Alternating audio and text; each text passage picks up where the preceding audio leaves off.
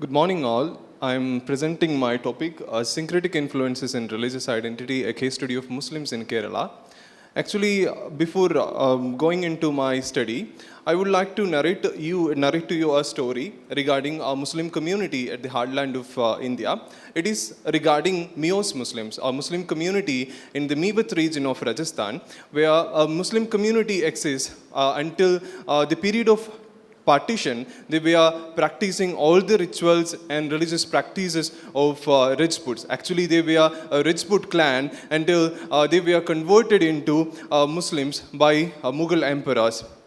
So they were continuing, even after their conversion into Muslim identity, they continued their existence as Rajputs. Actually, the identity of a Muslim cannot become in the fundamentalist notion, it cannot be at the same time, adapt the practices of other cultures and be at the same time, labeled as Muslim. So, but this is the lived Islam in India. Lived Islam in India does not endorse Islamic ideals alone. They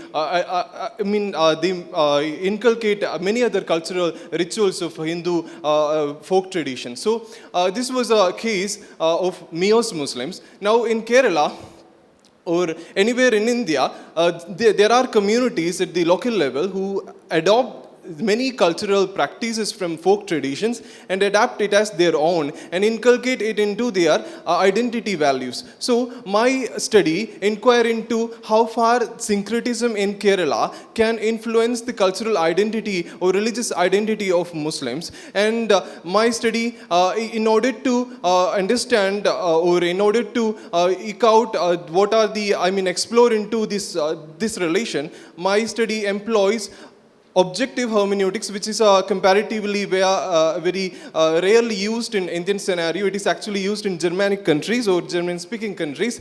Objective hermeneutics is a method whereby the biographical narratives of respondents are taken, and from that narratives, very important events and events are taken out and interpreted. A hermeneutical method is used there. So in this manner, I want to propagate a notion that nowhere in India there exists a monolithic Islamic identity. Everywhere a syncretic Islamic identity is existing, and this is not just a group of findings or a set of findings that I want to present to the nation or the Kerala community. I am presenting a counter discourse against all the fundamentalist notions regarding Islam.